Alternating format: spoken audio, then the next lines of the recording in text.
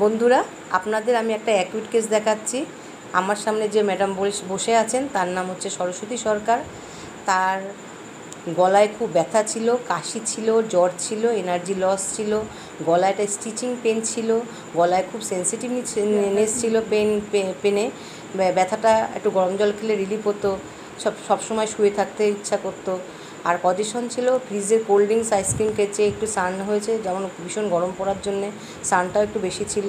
সব সিমটম মিলিয়ে যেমন স্টিচিং পেন ছিল, প্রথম রাত্রে বাড়তো, কাশিটা বেশি হতো, খুব সেন্সিটিভনেস ছিল গলায়, গরম জল খেলে রিলিফ হতো, নাক দিয়ে সর্দি বেরোতো, সর্দিটা একটু ইয়েলো কালারের ছিল। আমি হিপারসেপার 12টা ডোজ প্রেসক্রাইব করেছিলাম। বলো সরস্বতী, তুমি কেমন আছো এখন থেকে? এখন মোটামুটি সবই ঠিকঠাক আছে। এখন গলাটা ধরে আছে আর কাশিটা আছে।